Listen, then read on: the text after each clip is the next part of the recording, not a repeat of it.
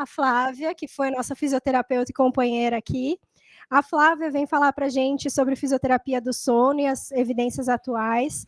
Ela é fisioterapeuta do sono, certificada pela ABS e a Sobrafir por notório saber, doutora em ciência pela Faculdade de Medicina, especialista em fisioterapia cardiorrespiratória aqui pela Casa, especialista em fisiologia do exercício pela Universidade Federal de São Paulo, diretora regional Minas e membro do Departamento da Fisioterapia Respiratória dos Distúrbios do Sono, da Sobrafir, fisioterapeuta sócio-diretora da Trino, fisioterapeuta sócia fundadora da Academia Online de Estudos Avançados em Fisioterapia do Sono e membro da Liga Mineira de Sono. Espero não ter esquecido nada, Flá.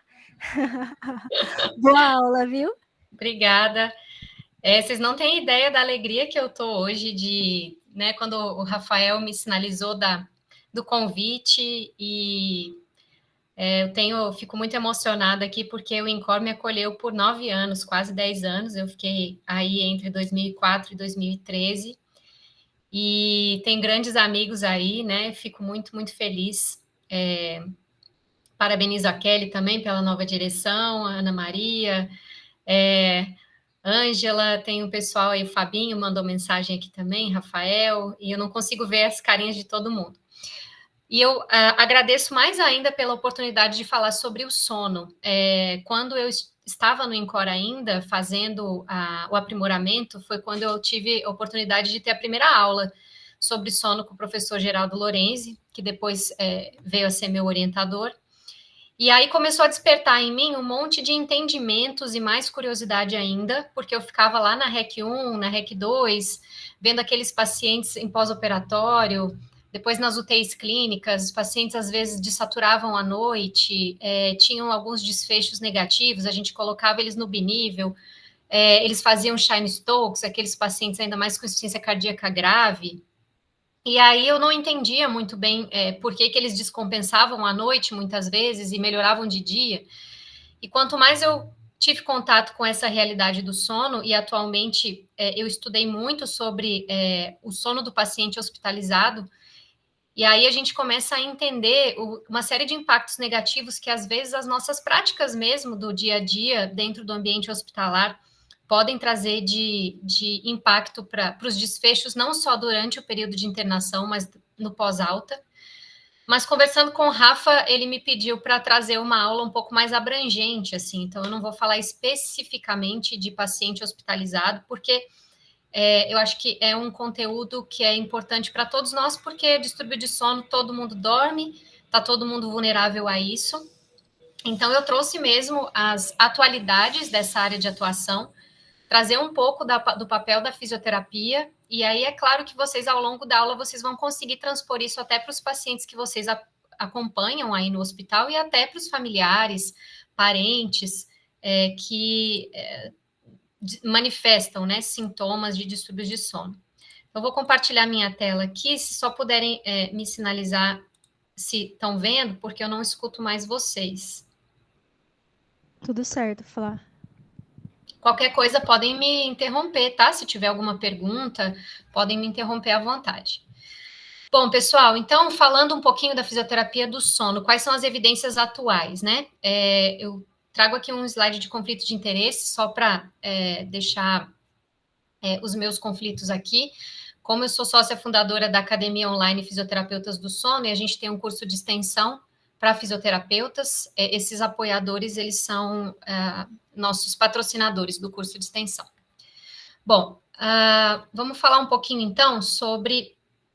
Peraí que eu não está passando o slide aqui. Sobre por que a gente dorme, né? Eu não sei se vocês já tiveram curiosidade de se perguntar por que nós dormimos de noite e ficamos acordados de dia, exceto os plantonistas, né? Que tem essa variação. Então, o ser humano, ele é um animal habitualmente diurno, e a gente tem, em geral, um ciclo de vigília e de sono. E esse ciclo de vigília e sono, ele tem vários determinantes, né? Então, por que a gente sente fome no mesmo horário? Por que a gente sente sono no mesmo horário? Porque, em geral, esse sistema circadiano, e circadiano quer dizer de cerca de um dia, ele está envolvido no ciclo claro e escuro durante as 24 horas. E esse ciclo circadiano, ele é o que determina a periodicidade em vários ajustes do nosso corpo. E como que esse ciclo se regula? Então, o primeiro grande temporizador do nosso corpo é o ciclo claro-escuro. Antes da gente ter a invenção da lâmpada incandescente, pelo Thomas Edison, como é que as pessoas se baseavam, né? As pessoas que trabalhavam nas fazendas, que moravam na área rural. Elas adormeciam quando escurecia e acordavam quando amanhecia, independente do horário do relógio.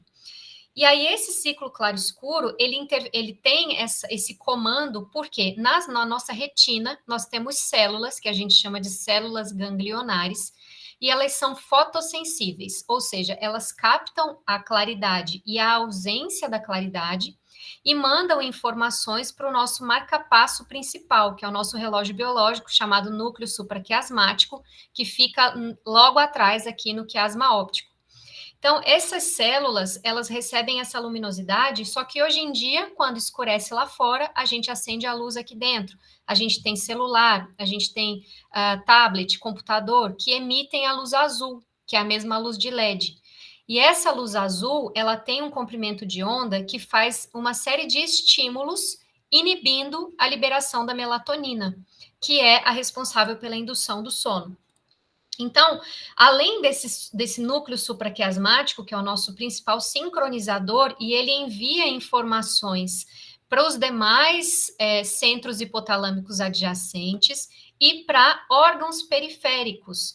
E aí eles conseguem também, porque antes, se vocês pararem para prestar atenção, se vocês almoçam todos os dias no mesmo horário e tem uma regularidade, alguns minutos antes vocês começam a ter sintomas de fome, né? A barriga roncando, então liberação de ácido clorídrico no estômago. Por quê? Porque existe essa temporização. Então, o relógio biológico principal, ele envia informações para os órgãos adjacentes, assim como esses órgãos adjacentes, esses órgãos vitais, né? Órgãos vitais, eles também têm temporizadores. Então, uma pessoa com uma lesão no coração, uma pessoa com uma lesão no fígado, com uma lesão no intestino, nos músculos, isso também vai alterar a ritmicidade circadiana, assim como o tipo e o horário das refeições. Então, se a gente precisar determinar dois grandes temporizadores da nossa sincronização circadiana, é o ciclo claro-escuro e horários regulares de alimentação. E aí o que acontece é que esse núcleo supraquiasmático e os osciladores periféricos que geram essa ritmicidade circadiana, eles vão emitir sinais que vão controlar o comportamento, fisiologia e metabolismo do organismo. E isso então vai ser fotossincronizado, preferencialmente fotossincronizado. E o que acontece também é que essas medidas todas que essa ritmicidade causa é para regular a termogênese, a função imunológica, o metabolismo, a reprodução e o desenvolvimento de células-tronco. Isso a gente já pode começar a pensar nos pacientes hospitalizados, como eles precisam de um sono de boa qualidade, até para eles poderem se recuperar do quadro agudo ou crônico. Então, vejam aqui que ao longo de alguns dias, a gente tem períodos cíclicos que se alternam de sono e de vigília, e eles são induzidos por uma série de processos, além da liberação da melatonina, mas também o acúmulo de adenosina. A adenosina é uma molécula que é liberada no sangue a cada movimentação que a gente faz durante as atividades do dia a dia, e a adenosina, ela é uma molécula hipnogênica. Então, ela vai acumulando no sangue e ela causa uma pressão para o sono. É como se aquela sensação que a gente tem por volta de 6, 7 horas da noite, que dá um cansaço, que dá uma sensação de sonolência. A gente fala até que pode ser a sonolência do crepúsculo, que muitas pessoas têm.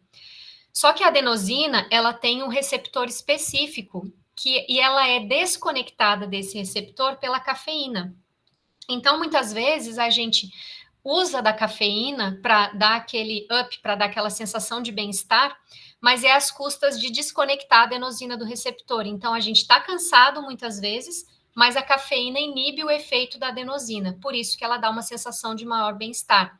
E a cafeína, ela é dose dependente e tempo dependente. Ela dura entre 6 a 8 horas no corpo, por isso que a gente sugere que a cafeína seja ingerida no máximo, não para quem está trabalhando à noite, que isso é um pouco diferente, mas que ela seja ingerida no máximo até 3, 4 horas da tarde, ainda numa quantidade pequena.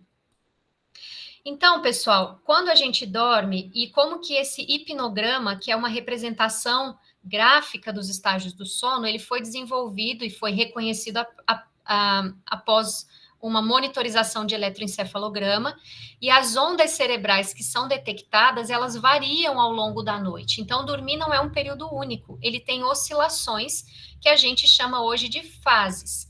Então, existem 2 estágios do sono, que é o estágio REM e o não REM. REM quer dizer movimento rápido de olhos.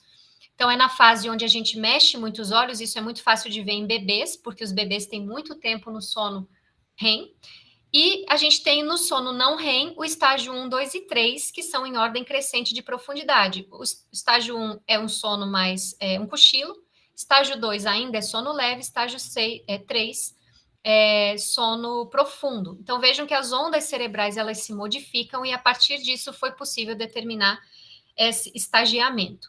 Vejam nesse gráfico aqui no eixo X, um indivíduo de dormindo 8 horas, a distribuição desses estágios do sono. Então, começa acordado, vai para o estágio 1, depois estágio 2, sono profundo, entra num sono REM.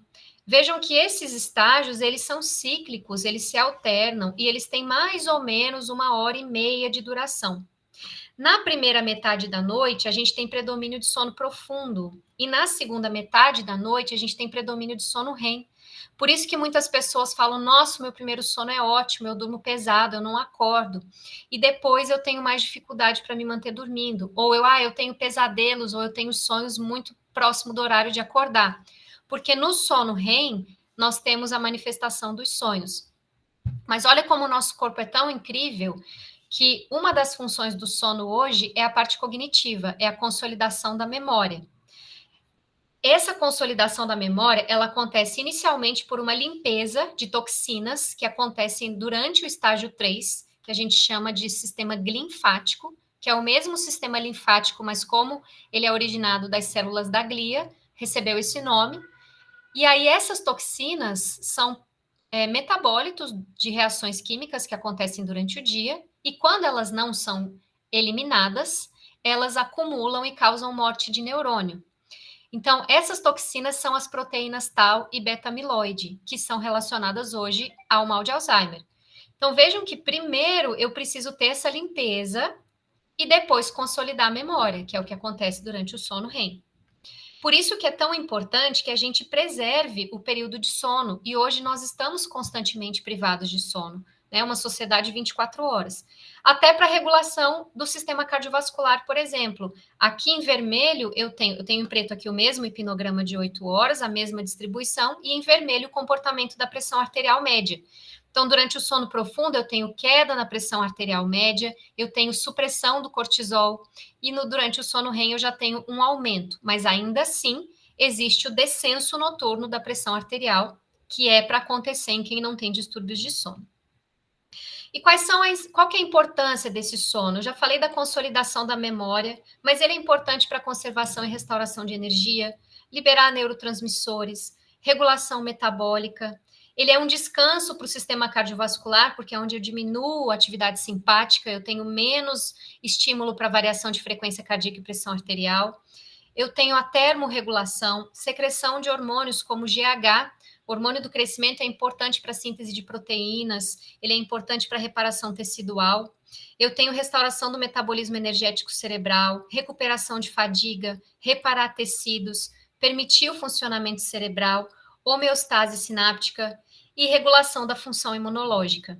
E esses estágios, eles têm, além de uma distribuição cíclica, eles devem obedecer um percentual de predominância. Então, a gente vê que o estágio 1 é o menorzinho, que é aquele cochilo. A ideia é que eu não demore muito para dormir quando eu me proponho a dormir de fato. Estágio 2, a gente já tem a maior parte do tempo da noite. Estágio 3, de ondas lentas e profundas, um percentual um pouquinho maior.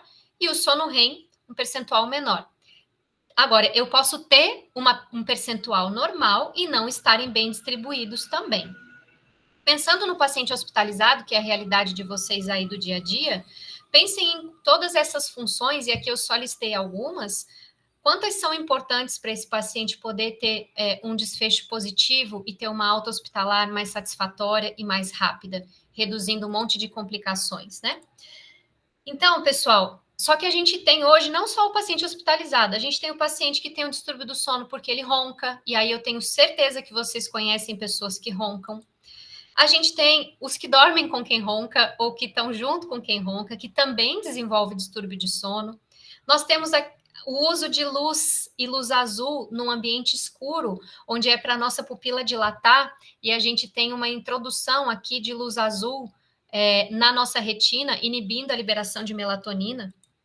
A gente tem aquele indivíduo que tem uma insônia, que pode estar relacionada a um distúrbio respiratório do sono ou não. Nós temos aquelas pessoas que fazem refeições em horários inadequados, como de madrugada, por exemplo, quando é para ele se propor a dormir. E aí tentam tomar remédio, muitas vezes, para dormir, e um monte de cafeína para ficar acordado durante a noite, durante o dia, perdão. Mas isso acaba sendo um ciclo que é muito comum. E eu sei que muitos de nós fazemos isso, né? Eu muitas vezes tomo café fora de horário, muitas vezes eu como chocolate fora de horário, quando eu tenho uma demanda muito grande para resolver fora do horário de trabalho. Mas a gente ter a consciência de que isso não é saudável já traz uma possibilidade de mudança de hábitos. Nós temos os trabalhadores em turnos, e eu sei que muitos de vocês passam por isso, eu já passei também. E aquele paciente que está sob um estresse e, claro, constante, muitas vezes, nos cuidados intensivos.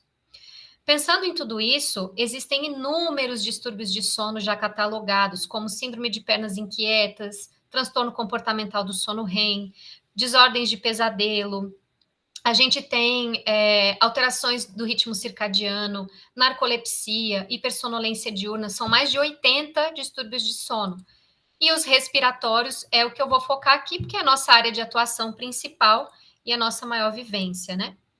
Então, pensando em distúrbio respiratório do sono, a gente tem aqueles obstrutivos, caracterizado por esse desabamento das estruturas moles da orofaringe.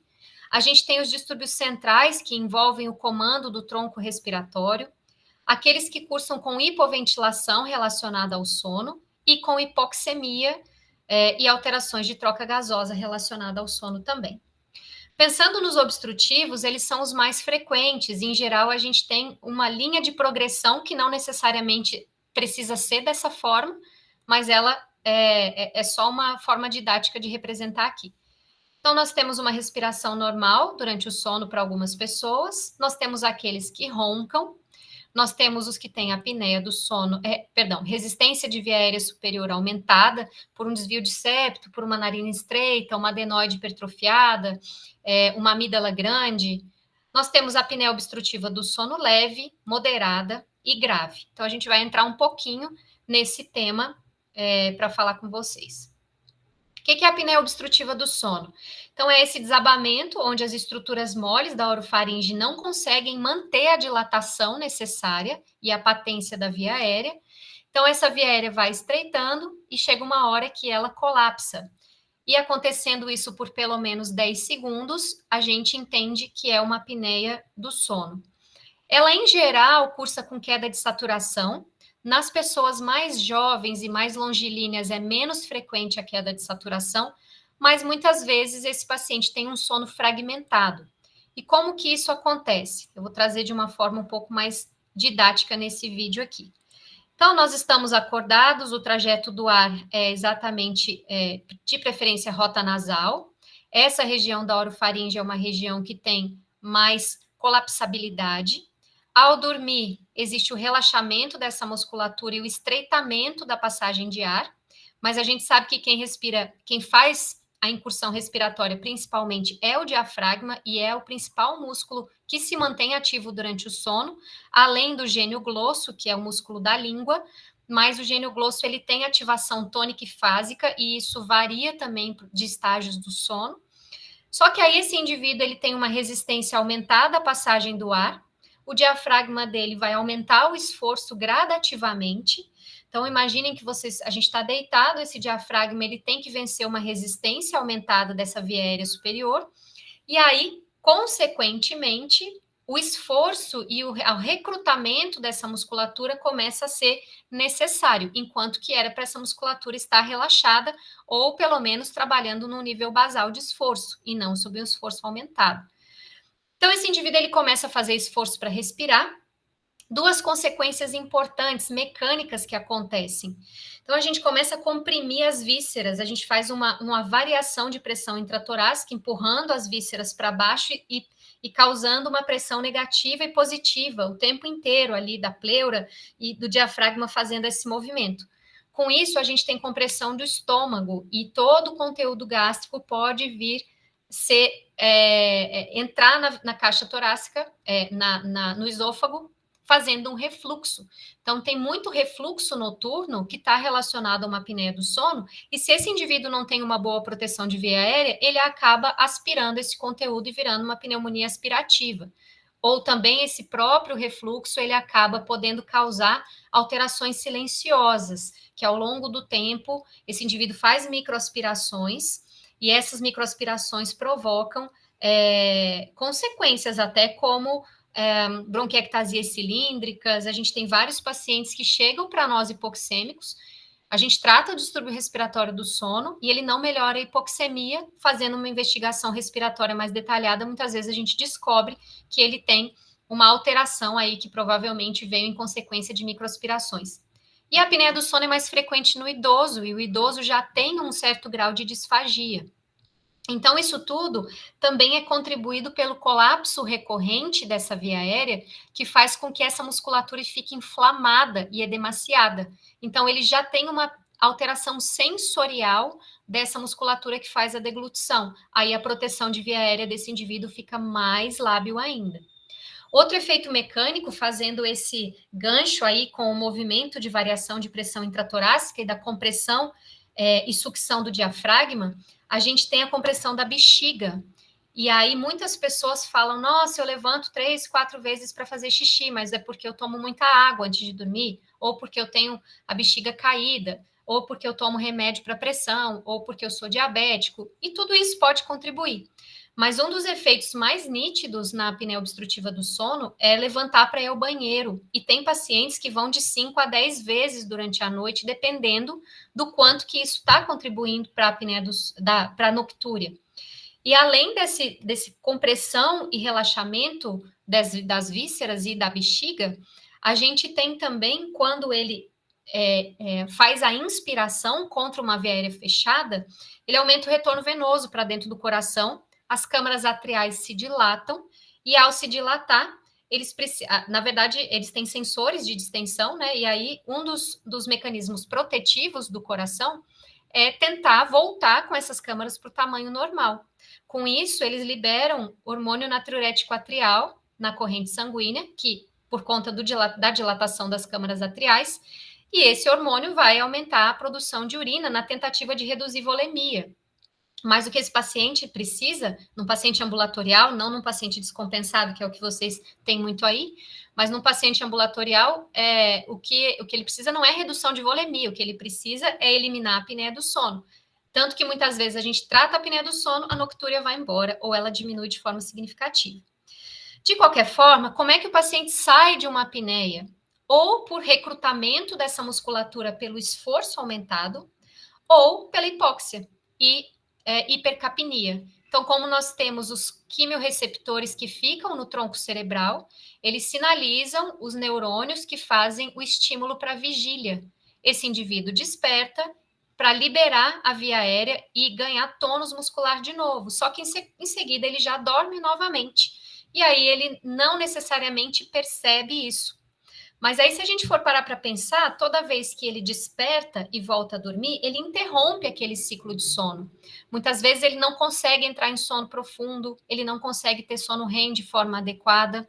Então, ele tem uma sintomatologia de cansaço pelo esforço excessivo durante a noite, no dia seguinte, e também de sonolência diurna, que acaba trazendo uma série de consequências, né? Inclusive aumento de consumo de cafeína, risco de acidente de trabalho e de trânsito, enfim, uma série de outras consequências. E aí esse ciclo fica estabelecido E esse indivíduo dorme, rebaixa tônus muscular, obstrui via aérea, entra em apneia, altera os gases sanguíneos, desperta, aumenta tônus muscular, desobstrui via aérea, volta a ventilar, restaura os gases sanguíneos e dorme de novo, e isso sucessivamente. Então, pessoal, o diagnóstico ele é feito pela polissonografia, é o padrão ouro. Existem outros métodos simplificados, mas a polissonografia ainda acaba sendo a mais recomendada, principalmente em alguns casos específicos, onde esse paciente ele é monitorado em diversos canais da parte eletroencefalográfica, cânula nasal para detectar a entrada e saída de ar, assim como um termistor na boca, caso ele respire pela boca. Ele tem cinta de esforço no tórax, ele tem outra no abdômen, um oxímetro, tem sensor de tônus muscular no masseter, para ver se ele tem bruxismo, nas pernas, para detectar a movimentação de membros. Então, ele é um exame bem completo, que traz uma visão muito abrangente para nós. E como que a gente determina se esse paciente tem ou não apneia, se essa apneia é leve, moderada ou grave? Então, voltando no slide anterior aqui, esse segundo canal é o de fluxo de ar. Então, quando eu inspiro, ele detecta essa subida, e quando eu expiro, uma descida. Igual as curvas respiratórias de fluxo respiratório dos respiradores, dos ventiladores mecânicos, né? Então, inspiração e expiração. E quando tem ausência do fluxo, ou uma redução de mais de 90% desse fluxo basal, ele, se durar mais de 10 segundos, é detectada uma apneia. E ela vai ser obstrutiva se eu mantiver esforço no tórax e no abdômen, porque aí eu não tenho alteração do comando central pelo nervo frênico. O que eu tenho é um desabamento da via aérea, mas o diafragma continua trabalhando ativamente para tentar desobstruir essa via aérea. Então, aqui, ó, eu tenho um eletroencefalograma, onde eu mostro, onde ele tem aqui detecção da fase do sono em estágio 2, alguns despertares. Eu tenho eventos de apneias consecutivos, essa tela tem 5 minutos. Tem 2 minutos. Eu tenho aqui o esforço torácico e abdominal, onde eu vejo que mesmo no período de apneia, esse indivíduo ele tenta respirar, mas a via aérea está fechada. E ele tem quedas cíclicas de saturação e ronco, que vão, junto com a saturação, ter alterações no pulso. Então, a frequência cardíaca, ela altera de acordo com a hipóxia e o esforço que esse paciente faz. Então, se ele tiver até 5 apneias por hora é normal, de 5 a 15 é moderada, é leve, perdão, de 15 a 30 é moderada e acima de 30 uma apneia grave.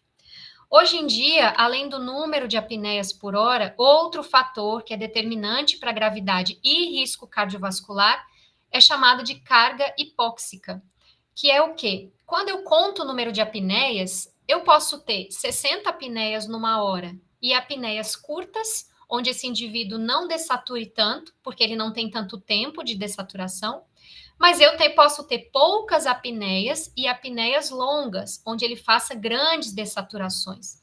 Por isso que só o índice de apneia e hipopneia começou a cair por terra, porque eles perceberam que, apesar de tentar sempre achar correlações dele com a gravidade, e ainda é a métrica mais usada, ela não era tão precisa para alguns pontos.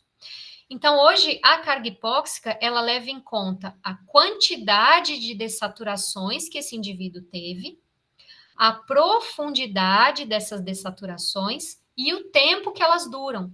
E eles fazem o cálculo da área abaixo da curva, independente de ser abaixo de 90%, de 92%, de 95%. Então, a gente consegue hoje ter um mapeamento melhor dessa carga hipóxica e ela tem sido cada vez mais relacionada com piores desfechos cardiovasculares. Alguma dúvida até aqui? Posso continuar? Estou falando muito rápido. Tá indo bem, Flávia. É que a gente eu especialmente estou aqui, resolvi fazer uma coisa que eu quase nunca faço, abrir a monitorização do sono do relógio. Estou bem preocupada. Depois você fala um pouquinho da acurácia desses relógios aí, que acho que é o que a maioria das pessoas acaba recorrendo, mas acaba não usando, né? E de repente é uma coisa até legal para você pegar alguma coisa aí. Falo sim, com prazer. Bom, e aí, pessoal? Então, falando um pouquinho do porquê que a apneia do sono é comum. O maior estudo brasileiro foi realizado pela Escola Paulista de Medicina em 2010, e na cidade de São Paulo, com mais de 1.000 indivíduos, eles viram que 1 a cada 3 indivíduos tem apneia do sono.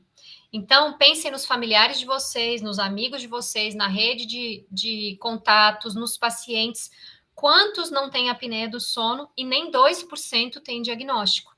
Então, a estimativa é que a apneia moderada a grave, que é acima de 15 eventos por hora, tem 25 milhões só na cidade de São Paulo. E no Brasil, a estimativa é que a gente tenha pelo menos 70 milhões de pessoas com apneia do sono.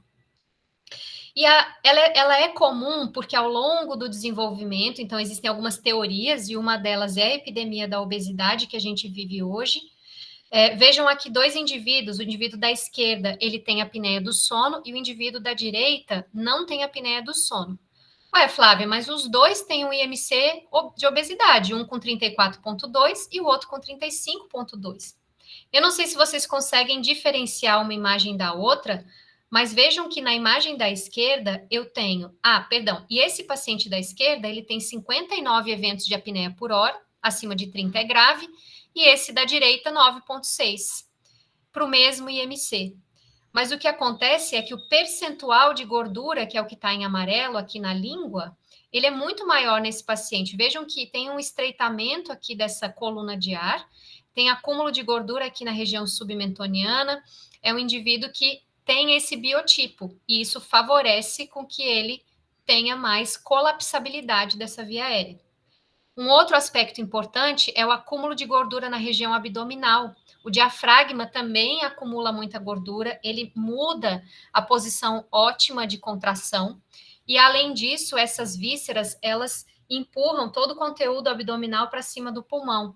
Então, a gente sabe que o pulmão, ele tem essa capacidade de mudar de volume, e aí, quando ele faz isso, a traqueia, ela precisa ter uma estabilidade. Eu costumo comparar como uma mola esticada aqui.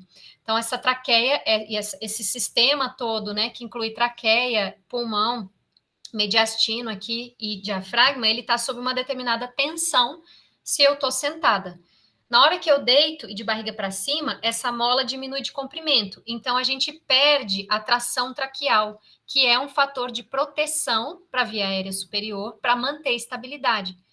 E essa tração traqueal, quando a gente pensa em doenças respiratórias crônicas, num DPOC, por exemplo, que tem aprisionamento aéreo, ele mantém um maior volume pulmonar, consequentemente, esse paciente ele é mais protegido de apneia do sono, por exemplo, do que um paciente com uma fibrose pulmonar, que tem perda do volume pulmonar, por conta dessa instabilidade da traqueia. E aí, a outra teoria é que conforme nós fomos mudando da posição bípede para a posição quadrúpede para bípede, né, toda a nossa estrutura crânio-facial foi sofrendo adequações. Então, esse aqui é um homem de Neandertal, esse aqui é o Homo sapiens, a gente vê uma diferença grande de maxila, mandíbula. Nós paramos de comer alimentos, rasgar o alimento, comendo muito alimento processado. Então, aqui, por exemplo, a laringe no homem de Neandertal, ela era mais alta e com um diâmetro maior. Conforme a gente foi mudando, a arcada dentária evoluiu, a nossa laringe desceu, a epiglote, o palato mole e a faringe ficaram mais alongados e, apesar de mais longos, mais estreitos. Como é uma área de tecido mole, colapsável, é mais fácil de você ter essa colapsabilidade acontecendo. E, além disso, nós ainda temos a questão da maxila e da mandíbula. Tem muitas pessoas que têm o queixo pequeno, né, uma alteração aqui crânio-facial, que vai fazer com que esse indivíduo aqui, por exemplo, do lado esquerdo, ele tem um estreitamento na coluna de ar, aqui do palato mole, região retroglossal, atrás da epiglote, em relação a esse outro indivíduo aqui. Por isso que um dos tratamentos para pessoas jovens é a cirurgia ortognática, né, onde eles fazem o avanço maxilomandibular, que também contribui. Outro aspecto importante, pessoal, é o volume e posição da língua. Então, aqui a gente tem a escala de Mallampati e ela foi usada, ela era usada, não sei se ainda é, pelos anestesistas para predizer sucesso ou insucesso na intubação, ou risco de intubação orotraqueal. Depois, para o sono, isso foi modificado, o indivíduo não coloca mais a língua para fora, porque a gente justamente quer ver onde o dorso da língua está. Então, o indivíduo que tem um dorso da língua muito elevado, onde eu não vejo aqui os pilares laterais, eu não vejo a úvula direito, ele tem maior probabilidade de, ao deitar, essa musculatura obstruir a via aérea superior, né? Então, o Mallampati modificado é o que a gente usa hoje para avaliação no consultório dos distúrbios do sono. Esse aqui é um artigo do Dr. Pedro Genta, que é aí do INCOR, do professor Geraldo Lorenzi. Eles fizeram uma cefalometria e o que eles também observaram em relação a essas alterações crâniofaciais? Que existe uma correlação íntima do osso hioide, que acompanha a epiglote aqui, com o plano mandibular. Quanto mais esse osso hioide está distante do plano mandibular, mais ele traciona essa via aérea. Então, maior é esse comprimento da via aérea, e vejam que ela é mais estreita do que em relação a esse indivíduo da esquerda. Então, o primeiro paciente aqui da esquerda, ele tem um IMC de 27, com 12 apneias por hora, enquanto que o da direita, para um IMC muito parecido de 29, tem 32 apneias por hora. Então, muito provavelmente, dentro da fisiopatologia da apneia do sono, esse distanciamento do osso hioide do plano mandibular tem um efeito importante aí no direcionamento e nas ocorrências de apneia. Só que essas apneias, elas não são só na região retropalatal e retroglossal, elas podem acontecer em todo o comprimento da via aérea superior. E isso pode influenciar a escolha de alguns tratamentos e o sucesso ou insucesso de alguns deles, por exemplo. Além disso, pessoal, a gente tem mais recentemente, essa é um relato bem mais novo na literatura. Esse artigo aqui é uma revisão sistemática de 2013, onde ele compilou os dados aí dos endótipos da apneia do sono. Então, além do envelhecimento que causa relaxamento muscular, além do acúmulo de gordura, da alteração craniofacial, que são causas anatômicas, né? Sempre relacionada à anatomia, existem causas não anatômicas de apneia do sono. Eu posso ter uma musculatura dilatadora de via aérea inefetiva, ou eu posso ter um controle neural para essa musculatura ruim. Então, esse indivíduo, ele não consegue manter a patência da via aérea por uma questão de inervação ou de impulso neural. Ele também pode ser um indivíduo que desperta muito, e quanto mais ele desperta, mais apneias ele pode ter, porque mais ele fica recrutando e desabando essa via aérea. E também tem efeitos aí relacionados ao controle central da respiração, que aí vocês veem muito paciente que está sob efeito de sedação, que está em pós-operatório, esperando para ser estubado, né? A gente usa-se drogas que alteram aqui o comando central, mas mesmo em pessoas aparentemente rígidas que estão em casa, nós mesmos, todos nós aqui, a gente pode ter instabilidades do centro respiratório. E por que é importante reconhecer e tratar a apneia do sono? Porque esses despertares frequentes, a hipóxia contínua e intermitente, a variação de pressão intratorácica ao longo de meses e anos, provoca uma série de complicações, como perda de memória, impotência sexual, hipertensão pulmonar, AVC, dores de cabeça, infarto, arritmias, diabetes, fadiga. Imaginem que toda vez que você tem que despertar para recrutar a musculatura e voltar a respirar, você ativa o seu sistema nervoso simpático. Adrenalina, noradrenalina, cortisol, eles vão provocar principalmente aumento de frequência cardíaca e de pressão arterial. A adrenalina circulando também, ela tem um efeito direto sobre o pâncreas e ela também dificulta a entrada de glicose na célula. Então, esse indivíduo começa a ficar hiperglicêmico. O metabolismo de lípides, que acontece muito durante a noite, fica interrompido. Ele começa a ter aumento de colesterol. E, em geral, a gente vai detectar um diabetes, a gente vai detectar uma hipertensão, a gente vai detectar uma síndrome metabólica, mas vai tratar com medicamento, sendo que talvez um dos grandes gatilhos seja a apneia do sono. E hoje, na literatura, aqui é um artigo com dados do PubMed, a gente vê que ao longo dos últimos anos, aqui o último ano aqui é 2018, a gente tem cada vez mais a associação de apneia do sono com comorbidades. E a principal comorbidade, aí eu quis trazer ela aqui também porque é a realidade maior do grupo, é com doença cardiovascular. Então, como que um distúrbio respiratório do sono causa doença cardiovascular?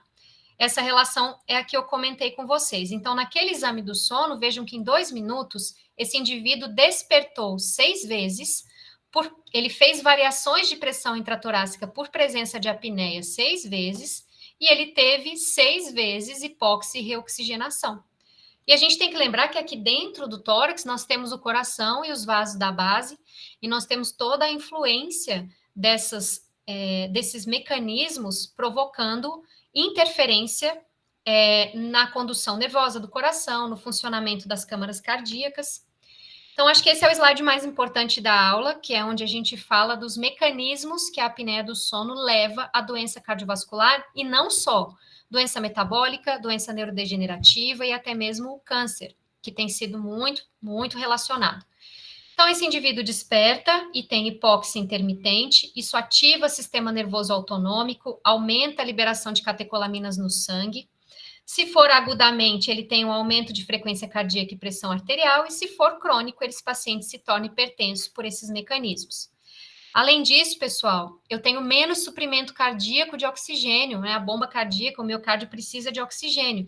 E com essa variação de pressão intratorácica, libera mais hormônio na corrente sanguínea para estimular a noctúria, aumenta a tensão na parede do ventrículo esquerdo e a demanda de oxigênio. Se eu tenho aumento de demanda e redução de suprimento, esse indivíduo pode ter uma isquemia, desenvolver uma arritmia, hipertrofia ventricular posterior e entrar em falência. E essa falência, por si só, reduz o volume sistólico, e para compensar a redução do volume sistólico, o que o nosso corpo muito inteligente faz? Estimula mais a liberação de catecolaminas para tentar manter débito cardíaco.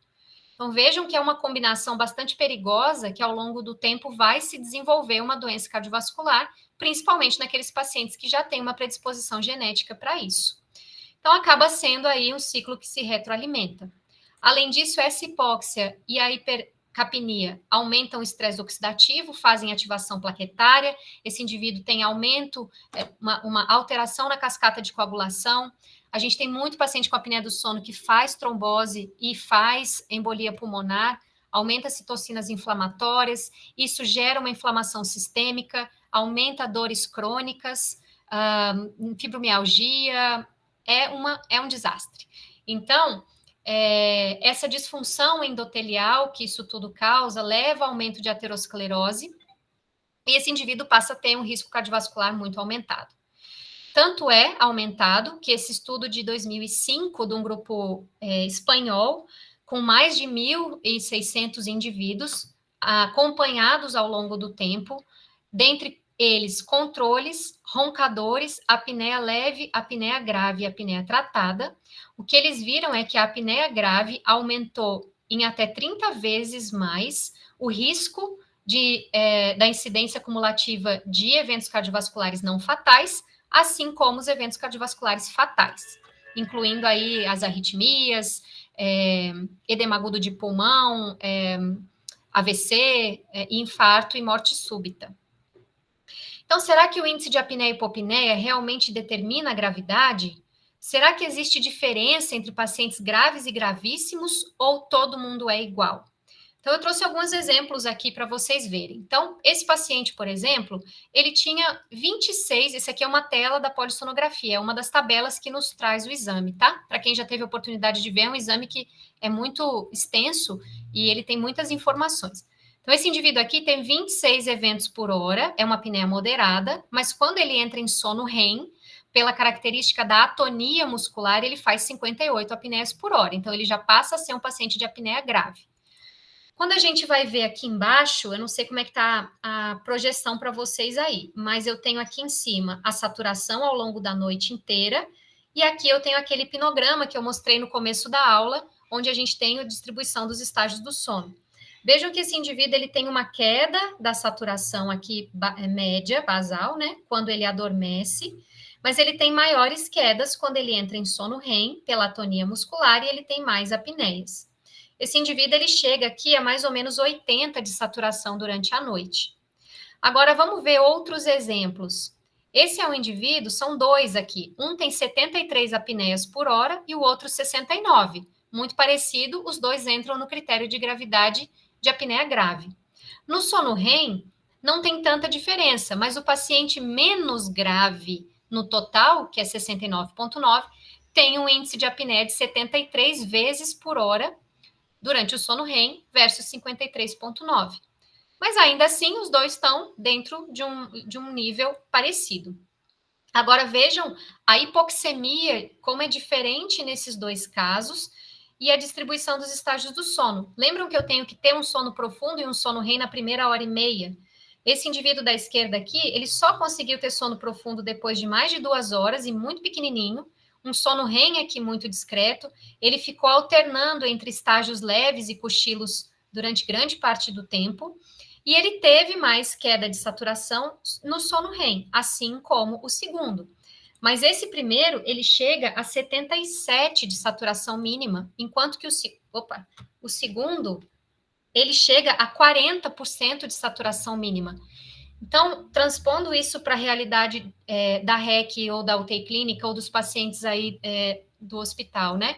Por que muitos deles dessaturam tanto quando eles dormem? E às vezes a gente desmama oxigênio de dia e volta oxigênio de noite. E talvez nem tanto, porque eles, em geral, estão em decúbito elevado, né? E o decúbito elevado, ele minimiza um pouco desse efeito, porque ele melhora a posição para o trabalho do diafragma e também melhora a tração traqueal. Mas, ainda assim, acontece muito. Agora, olha esse outro exemplo. Esse paciente chegou para mim no consultório. Eu não sei como é que ela estava dando conta, porque era uma paciente que tinha 103 apneias por hora, um IMC de 51 e uma saturação mínima, pessoal, de 27%. Eu quase caí para trás quando eu vi isso. Eu falei, meu Deus do céu, ela pode infartar aqui a qualquer minuto. E era uma paciente muito sintomática, muito sintomática. Ela só teve um pouquinho de sono profundo aqui, um sono REM muito discreto, uma queda de saturação muito grande em sono REM. Vejam que cada vez que a saturação cai, a gente tem esse risquinho para baixo. Quando ela sobe, porque aquelas quedas, aqui eu estou comprimindo em 8 horas, né? Então, o que a gente vê são esses riscos. O ideal é que ela seja linear, em torno de 94%, pelo menos, né? É o ideal. Agora, essa queda e subida, vejam que aqui no final ela cai, despenca, e ela não consegue subir. Mesmo que ela volte a respirar, não restaura para o nível normal, e logo ela tem outra apneia e cai de novo. Então, a reserva ventilatória desses pacientes é muito ruim. Eles passam a noite fazendo... perdendo enzimas oxidativas. Esses indivíduos, eles até para a gente reabilitar, né? Como é que a gente vai reabilitar com sucesso durante o dia uma pessoa que passou a noite hipoxêmica? Ela tem uma alteração de musculatura periférica muito importante também. Então, é super complexo, né? Essa é uma outra paciente, aí no caso de uma fibrose pulmonar, ela tinha uma apneia grave também, 73,9 eventos por hora. Olhem só o fato dela ter já a doença respiratória. Ela tinha 371 minutos saturando abaixo de 80% e a mínima dela chegava a 41%. Só que a gente não vê isso direito naquele gráfico de queda de saturação, porque a escala aqui está muito ruim, está uma escala de 70 a 100. Mas essa é uma paciente igualmente grave. Só que se eu pensar que ela tem um IMC de 17,5, enquanto que a gente, no exemplo anterior, a gente tinha um IMC de 51, será que eu vou tentar tratar ela do mesmo jeito? Será que numa eu vou pôr só oxigênio? Será que o oxigênio é adequado ou não? Existe uma grande questão relacionada a isso, de muitas vezes o oxigênio ele ser um cosmético, né, para a gente ver a saturação subir, mas se o problema de base não for corrigido, a gente não vai ter sucesso, vai mascarar um problema ou criar mais problema. Então, é importante que também a gente saiba que mesmo, como eu falei, a apneia leve, aquela paciente com 11 por hora, era uma paciente jovem, rígida, com muito sintoma, mas que nesse caso ficava 138 minutos saturando abaixo de 90. E não fazia muito sentido para o quadro, para a estrutura dela física, mas era uma paciente que tinha muitos sintomas. E a gente não via uma dessaturação tão significativa. Mas, de fato, quase não entrava em sono REM. Ela foi ter um sono REM muito discreto no final da noite. E, no fim das contas, essa paciente tinha tido uma embolia pulmonar silenciosa, ela não sabia. Aí a gente foi investigar essa causa da hipoxemia dela, e aí nós chegamos a uma trombose, ela tomava anticoagulante, e aí que a gente foi investigando e conseguimos com uma cintilografia, ver que essa paciente tinha uma embolia pulmonar e estava num quadro vigente de embolia pulmonar e o anticoagulante dela não era numa dose adequada. Né? Então, também sei que vocês recebem muito paciente aí que faz tromboendarterectomia, e esses pacientes eles estão passando pelos nossos olhos e nós não estamos vendo que muitas vezes a consequência dele é um desfecho cardiovascular negativo, a consequência dele é uma doença neurodegenerativa. Mas se a gente não olhar para o sono dessa pessoa, que às vezes ele vai ter o diagnóstico disso com 60, 70 anos, mas ele ronca desde os 30, ele tem a apneia do sono desde novo. Só que o nosso corpo ele vai achando jeito de se compensar, né? Então, é muito importante. Na hora que a gente vê todos esses pacientes aqui, todos eles têm apneia do sono, todos eles têm sintomas, tirando essa última, todos eles têm apneia grave, mas será que o tipo de tratamento e a resposta de tratamento e monitoramento para eles são iguais? Não, não são iguais.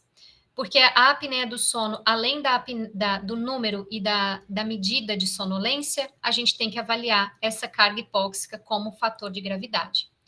E aí eu trago uma reflexão para vocês aqui, ó. 2 pacientes, um deles com 92 apneias por hora, apneia grave, e o outro com 9,4 apneias por hora. Se eu ficar no pensamento restrito de número de apneias por hora, eu vou falar, não, Flávia, corre para tratar esse paciente com apneia grave.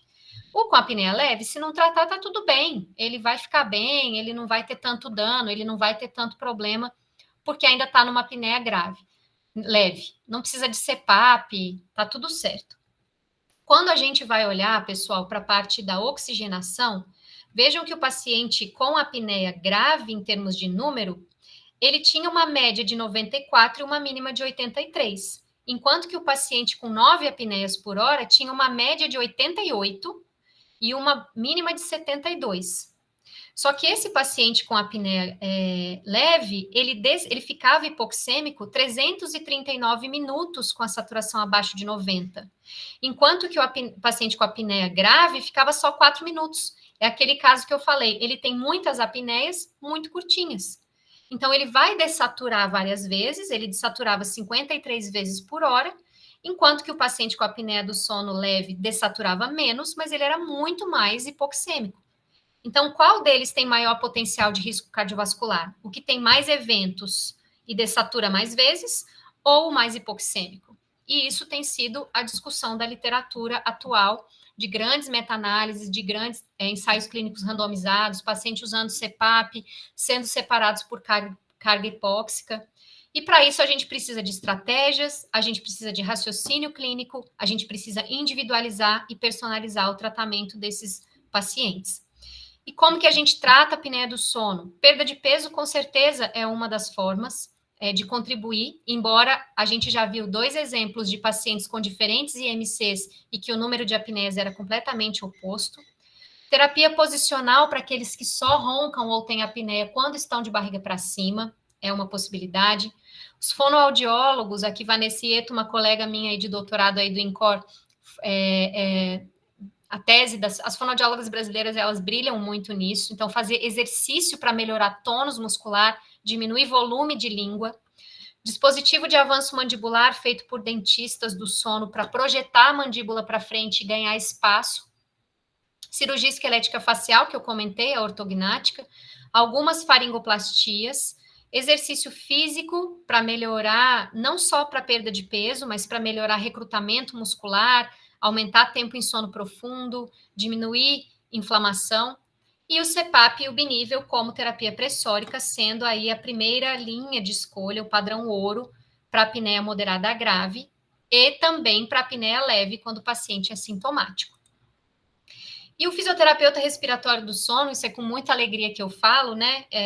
Eu estudo isso desde 2007, em 2014, quando eu entrei para o departamento de sono da Sobrafir, a Josimar Martins, que era a presidente da Sobrafir na época, ela me ligou e falou, Flávia, a gente precisa protocolar um ofício no COFITO para reconhecimento da área de atuação. E assim fizemos em 2014, só que só em 2021, depois de muita gente envolvida, depois de muitos esforços, depois de muito fisioterapeuta publicando na área, estudando, que teve a primeira certificação em fisioterapia do sono, tanto pela Associação Brasileira do Sono, em parceria com a Sobrafir, E aí nós tivemos a grata surpresa de, no mês de agosto de 2021, ser reconhecida essa área de atuação pelo nosso Conselho Federal, que já tem uma resolução, resolução 536, que está lá no site do COFITO, para quem tiver interesse em acessar. E o que fisioterapeuta respiratório do sono faz? Né? A fisioterapia do sono, ela engloba não só distúrbio respiratório, como não respiratório também. Agora, a gente trabalha principalmente na adesão ao CPAP, dando suporte profissional, envolvendo familiar, atuando de forma multiprofissional. Vocês viram que o tratamento e a abordagem da apneia do sono, ela é multi mesmo, tem múltiplas possibilidades, ajustando o modo ventilatório correto, conscientizando a família, usando a telemedicina, trabalho educativo, escolhendo a interface, resolvendo problemas, escolhendo bem o equipamento. Então, hoje a adaptação, ela pode ser feita em várias possibilidades, né? Local silencioso, numa cama ou numa poltrona, demonstrar vários tipos de máscara, avaliar, lembrando, pessoal, que é diferente do paciente do hospital, que ele está num quadro agudo, e mesmo o paciente crônico, ele está numa condição ali frágil. Aqui eu estou falando de nós mesmos, né? De uma pessoa que tem apneia do sono e dorme com CPAP. Isso é para a noite toda. 8 horas por noite, isso precisa ser confortável, então ele não pode ter vazamento, escolher adequadamente o dispositivo, muito barulho é ruim, luminosidade é ruim, usar recursos que são desenvolvidos para melhorar a adesão. Hoje existem 2 tipos de CPAP disponíveis, o de pressão fixa e o de pressão automática. Teoricamente, o de pressão automática ele foi desenvolvido para facilitar esses ajustes pressóricos, gerando menores pressões, e uma forma de eu achar a pressão adequada de forma não assistida. E como que o CPAP, esse CPAP automático, será que ele resolve tudo? Né? Muitas vezes a gente recebe esse tipo de informação, o CPAP resolve tudo. Mas aí, pessoal, a gente tem diferentes algoritmos, diferentes respostas do CPAP, dependendo de como ele é testado. Esse aqui, por exemplo, é um estudo de bancada, onde eles experimentaram 60 apneias por hora e colocaram indivíduos com a apneia do sono, perdão, é um simulador, e eles colocaram esses CPAPs para funcionar e corrigir a apneia do sono, gerando várias variações de pressão de forma automática. Então, o que eles viram, né? Que esse número de 12 de pressão de CPAP, quando ele fosse atingido, corrigiria as apneias. E vejam que existe um comportamento variável muito grande dessas pressões do CPAP quando eles são colocados em livre curso. Tanto os CPAPs que não chegaram a 6 centímetros de água, quanto os CPAPs que passaram de 14 centímetros de água. E isso levou eles a ter um resultado muito desfavorável, porque a gente achava que era só colocar o CPAP automático e estava tudo bem. Pessoal, eu só vou pedir um minutinho, porque eu só preciso liberar aqui um acesso rapidinho de um paciente. Só um instantinho. Ele está me ligando sem parar aqui, desculpa.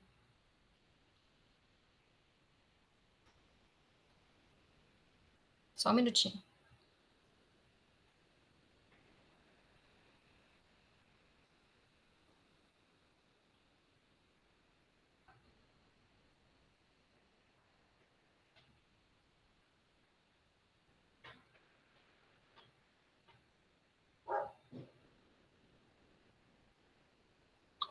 Pronto. Então, quando a gente vê aqui, e aí trazendo numa tabela, nós temos alguns dispositivos aqui, por exemplo, ó, o A1 e o A2. Esses são dispositivos, inclusive, vendidos no Brasil, né? A gente vê que eles conseguiram corrigir as apneias, baixaram para 2 por hora, só que a pressão que eles chegaram, ao invés de 12, foi de 15,4 e 17,9. Estudo de bancada, apesar de ser um simulador, é igual para todos. Esse outro C também, 3 apneias por hora, com uma pressão de 13,4. E quando a gente vai para o dispositivo B, ele deixou 74 apneias por hora para uma pressão de 10,5, assim como o D, 26 apneias por hora para uma pressão de 10,7 e o G 33 apneias por hora para uma pressão de 10. Ou seja, CPAP automático não pode ser usado dessa forma e muitas vezes a gente acha que a baixa adesão dos pacientes relatados na literatura é por causa disso, e pode ser mesmo, inclusive pela falta de acompanhamento do profissional. Então, nós da fisioterapia do sono, a gente tem um papel importantíssimo, não só nessa consulta inicial de adaptação, mas em acompanhar esse paciente ao longo do tempo, porque os dispositivos hoje, eles trazem relatórios como esse que eu estou mostrando para vocês aqui, que é de um equipamento da Philips, Respironics. O CPAP estava em modo automático com pressão de 4 a 20, o tempo médio de uso dessa paciente era de 5 horas e 22, e uma pressão média, ele chegou, podendo variar de 4 a 20, ele chegou a 7,3 de pressão. Mas ela mantinha um índice de apneia e hipopneia de 15 por hora. Se eu parto do princípio que um CPAP automático tem que corrigir o número de apneias, por que ele não corrigiu? Por que ele não aumentou mais essa pressão? Só que essa paciente, ela estava relativamente bem. Aí o que eu fiz foi ajustes de pressão nesse equipamento, o que aumentou a pressão média, porque eu trouxe uma janela mais estreita e dei mais precisão para esse equipamento funcionar. E essas apneias de 15 já baixaram para 6,3. O tempo médio de uso aumentou em 1 hora, e 1 hora de sono é praticamente um ciclo inteiro a mais que esse paciente ganha. E depois de mais ajustes ainda, a gente fixou a pressão, tirou do modo automático e fixou em 10,5, a média do índice de apneia desse paciente foi para 3 eventos por hora, veio para um nível normal. Então, ela na primeira consulta, só um pouquinho, pessoal.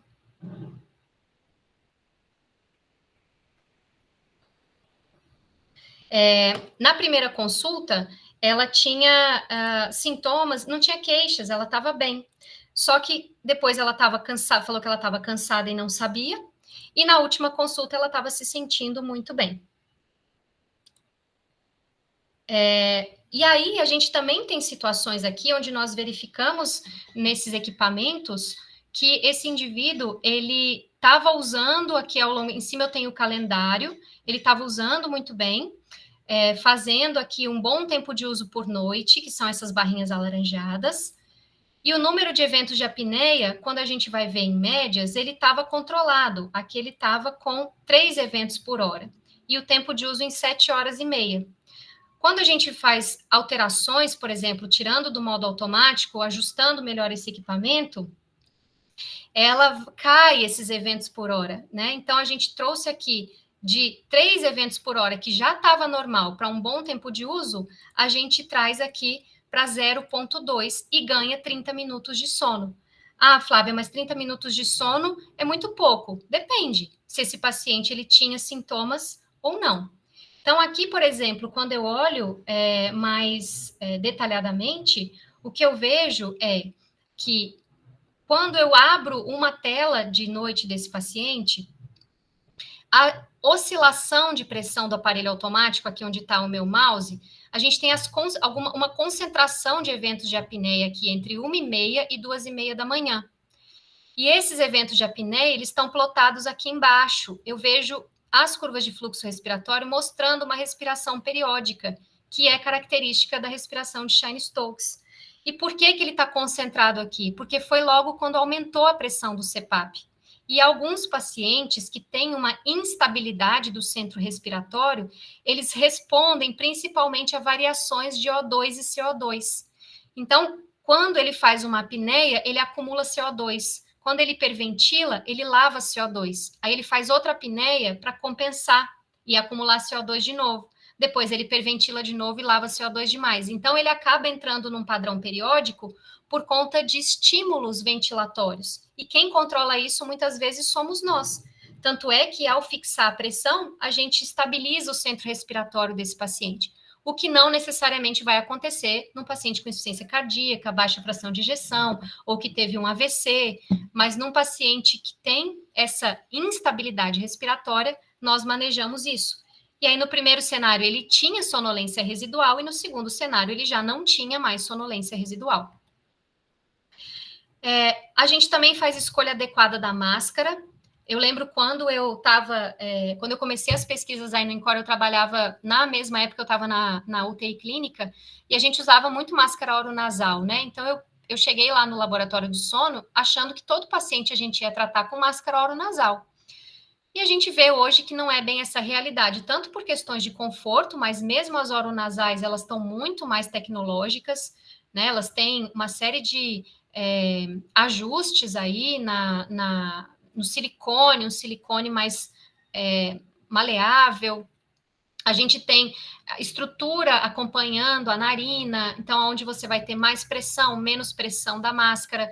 A gente tem estruturas hoje onde a hora que o CPAP injeta ar, ela estufa e aí ela provoca é como se fosse uma almofada de ajuste.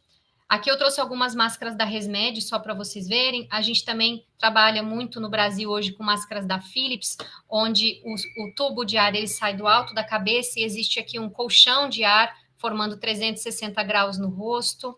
Isso tudo também é muito pensado. A gente tem um porto exalatório nas máscaras para impedir a reinalação de CO2. A gente tem máscaras que não têm apoio de testa, aqui também da Philips. Fisher & Paykel, máscaras também com pillow, com mínimo contato no rosto. E além do conforto da máscara, eu também tenho que pensar em efetividade.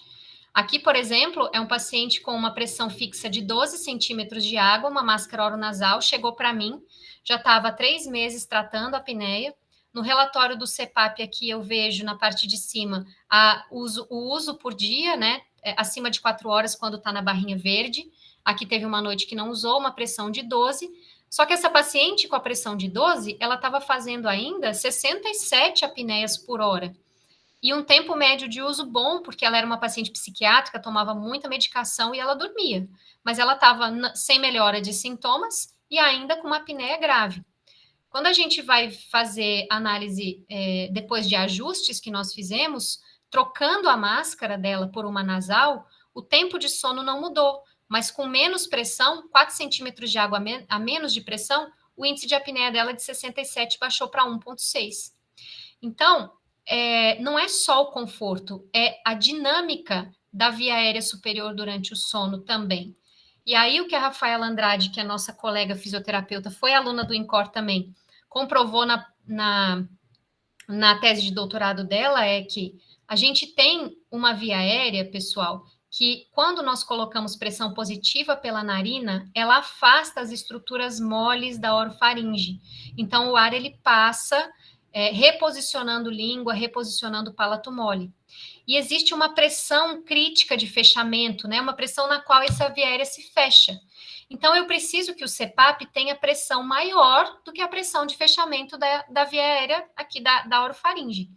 Por isso que tem vezes que a gente precisa usar pressões do CPAP mais altas. E, às vezes, o paciente fica fazendo apneia residual ainda no CPAP, porque provavelmente a pressão não foi suficiente para vencer toda a resistência da via aérea. E aí, quando você coloca uma rota oronasal, 2 coisas acontecem. Tanto você joga a mandíbula para trás, estreitando a passagem de ar, quanto a língua pode ser projetada para trás. E o que ela viu na tese dela, quando ela colocou um nasofibroscópio aqui pelo nariz, pela máscara, a máscara tinha um compartimento, onde ela conseguia colocar rota nasal, rota oral ou oronasal, e tinha um furinho, ia com o nasofibroscópio lá dentro da narina, ver o espaço que essa via aérea tinha. Quando a rota era nasal, tinha um determinado espaço que reduzia quando a rota era oral, e quando a rota era oronasal, o que acontecia, oronasal, e quando a rota era oral, as distâncias entre a epiglote e a base da língua tornavam-se praticamente zero, ou seja, essa via aérea fechava, e a área retroglossal também. Então, isso aqui é uma imagem da diferença de como esse ar é introduzido para esse paciente. Então, é todo paciente que vai ter problema com máscara oronasal? Não, mas eu preciso saber que se o paciente tiver apneia residual, um dos grandes fatores contribuidores é o tipo de máscara e a forma como ele está sendo tratado. E a gente precisa tratar, porque ao tratar com CPAP, a mortalidade cardiovascular cai para níveis da população geral, níveis normais. A apneia do sono, ela é um fator independente de readmissões hospitalares, e quando esse paciente tem apneia do sono e ele é tratado com CPAP, mas mesmo com o tratamento do CPAP, ele não adere, ele tem um risco muito aumentado de readmissões hospitalares em 30 dias. Então, esses pacientes não aderentes, eles reinternaram por todas as causas em 30 dias aí, com um odds ratio de 3,52, e naqueles por causas cardiovasculares, 2,31. Então, aquelas figurinhas repetidas que a gente vê, nossa, o paciente internou de novo, o paciente está aqui de novo, só que nem sempre ele volta para o mesmo centro, nem sempre ele volta para a mesma unidade, mas ele está sob um risco grande aí por essa vulnerabilidade. Então, só para a gente finalizar, o mercado de trabalho para o fisioterapeuta do sono, hoje ele está muito expandido, apesar de ser uma área que só tem 3 anos de reconhecimento, a gente já trabalha nela há muito tempo, não só eu, tem vários colegas que trabalham há muito tempo.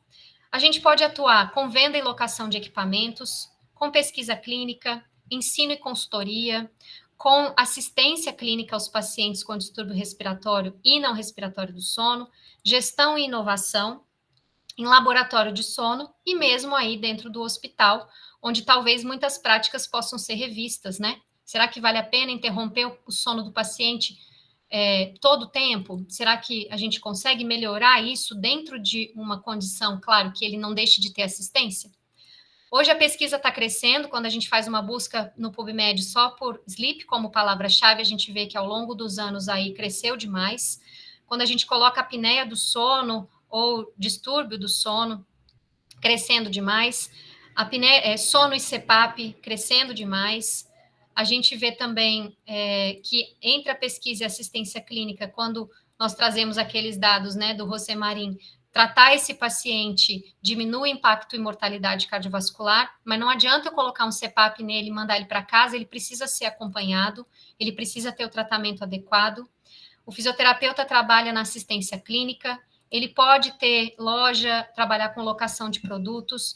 Hoje, para vocês terem ideia, a ResMed, que é o líder de mercado no Brasil, as ações da ResMed na Bolsa de Valores americana, ela só vem crescendo, teve uma pequena queda na época da pandemia, mas só vem crescendo, porque a indústria está investindo muito dinheiro nisso, porque a tecnologia do sono deve chegar a 49,9 bilhões de investimentos em 2030. Hoje nós temos a Seamos Drake, que é a fabricante do desfibrilador automático do DEA, aquele amarelinho que a gente vê em todos os lugares. É a primeira empresa brasileira desenvolvendo o primeiro CPAP brasileiro, que vai estar disponível no mercado provavelmente em outubro desse ano ainda, com bastante tecnologia. A gente tem aplicativos de rastreio para diagnóstico. A gente tem nos CPAPs hoje conectividade, fazendo com que os dados cheguem para nós quase que em tempo real e a gente possa fazer ajustes à distância. Nós temos aplicativos para automonitoramento, onde o próprio paciente consegue se monitorar e ver como é que está o tratamento dele, e ele mesmo nos dá feedbacks.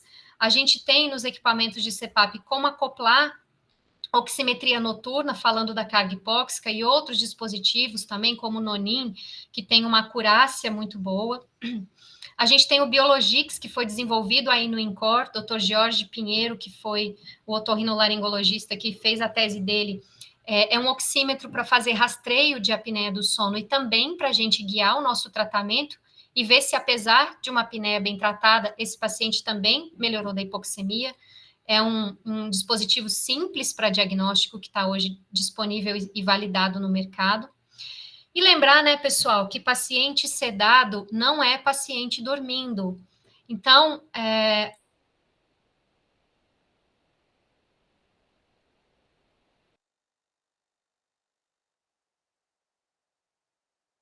presença de drogas vasoativas, dispositivo de acesso artificial à via aérea, gravidade da doença, estresse inflamatório, isso está sendo diretamente relacionado à alteração na secreção de melatonina. E aqueles pacientes que a melatonina ela também é cíclica, aqueles pacientes que tiveram menor amplitude na liberação de melatonina, eles morreram mais. Nesse estudo, eles tiveram maior índice de mortalidade e de transferência para uma unidade semi-intensiva, enquanto que aqueles que tinham uma liberação adequada de melatonina tiveram mais alta para casa. Então, pensar que dentro do ambiente estressor que ele está e dentro das práticas que a gente pode ter, como que a gente pode minimizar os efeitos dessa internação na qualidade do sono, que não é só durante a hospitalização.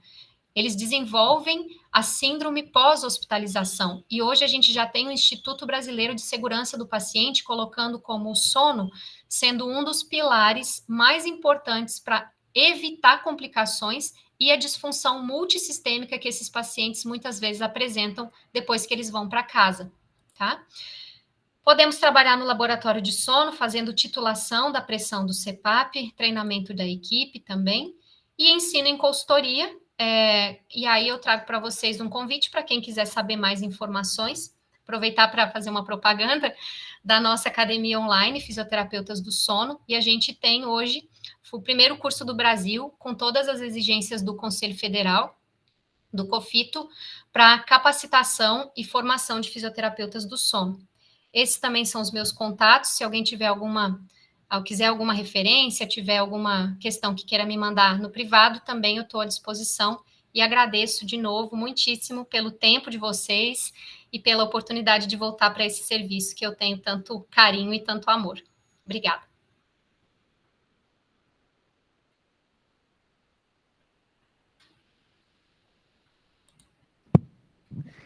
Que ótimo te ouvir, Flávia, que ótimo, que ótimo. Eu tinha várias questões aqui no paralelo, nos bastidores, e o povo um falando para o outro. Eu imagino que a gente podia ficar aqui mais um tempão conversando sobre esse assunto, que é um assunto que talvez, se a gente for falar de todas as nossas subespecialidades, acho que nos últimos 10 anos é com certeza a que mais cresceu. Cresceu em complexidade, cresceu em ramos de atuação, cresceu na análise crítica dos pacientes e também cresceu em produção científica, né? Pelo que você está mostrando aí, a gente está na crista da onda aí, essa produção científica, e pelos gráficos que você mostrou lá do PubMed também. A primeira coisa que eu queria que você comentasse, eu tinha pedido para você falar um pouquinho ali, né, por efeito de estar com o relógio e de usar para treinar, para várias coisas, eu fui abrir aqui o meu relatório do sono, fiquei um pouco assustada. A pergunta, eu já usei 2 tipos de tecnologia, 2 tipos de software, né, para isso. Eu usava um Polar, um M1 Polar com GPS, e agora, mais recentemente, tenho usado um Apple Watch. E ele mostra algumas coisas interessantes, né? O hipnograma é uma dessas coisas. Eu acho, talvez há uns 5 ou 10 anos atrás isso era menos preciso. A minha pergunta é se é preciso e se a gente pode usar isso para desconfiar de alguma coisa. Ou se você também pode usar isso para acompanhar teu doente, se seria útil para acompanhar um doente menos grave, por exemplo. Obrigada, Kelly. É uma pergunta importante, porque está muito comum a gente usar os smartwatches, e quase todos têm monitorização de sono. Então, hoje, não tem nenhum smartwatch validado na literatura para acompanhamento de estágios do sono. É claro que vai ser sempre você se comparando com você mesma, mas tem vários pacientes que ficam tensos, eu não estou chegando em sono profundo, eu não estou chegando no sono REM, mas isso não é preciso. O único dispositivo hoje já validado é o da Samsung, mas para hipoxemia. Então, a saturação dele tem sido mais precisa. O Samsung, tem até o artigo desse ano, de validação, é bem recente. Foi um trabalho que foi desenvolvido aqui no primeiro andar. Então, o Samsung, a gente sabe que a precisão para hipóxia é absurda, né? E aí são basicamente esses 2, mas assim, nenhum outro dispositivo hoje tem validação com confiabilidade para isso, pelo menos até onde eu sei. Acho que o Rafael levantou a mão aí, não? Só antes da gente dar continuidade, só dar um recado para quem está online e precisar da emissão de certificado, o link já está disponível no site, só ir preenchendo antes que acabe a reunião, tá bom? O Rafa, pode falar? Olá, boa tarde, estão me ouvindo? Sim. Flavinha, que alegria te ver dando essa aula sensacional, né? Estava conversando com a Kelly há um tempo atrás, né? Que talvez não, né? Um dos objetivos aí do núcleo de pesquisa, não só trazer artigos com temas que são essenciais serem discutidos para a nossa prática, mas trazer também profissionais com expoentes aí no mercado e na sua área de atuação para falar um pouquinho para a gente. Eu acho que nós vamos cada vez mais trabalhar com essas duas frentes, né? E você foi a primeira delas, não só pela admiração que todos nós temos por você. Eu me sinto extremamente orgulhoso do que você se tornou, né? No comecinho lá das nossas discussões, quando você vinha me procurar para a gente discutir uma fisiologia mais complexa, muitas vezes eu te ajudava e muitas outras eu colocava mais lenha e mais dúvida, né? Mas é assim que se faz a ciência, né? Quem acha que sabe tudo, provavelmente não sabe nada, né? A gente sempre está aí discutindo muitas coisas. E trazer você em primeiro lugar foi tanto pela nossa grande amizade, por você ter sido da casa, e pelo lugar que a fisioterapia do sono hoje ocupa, aí está em muita evidência.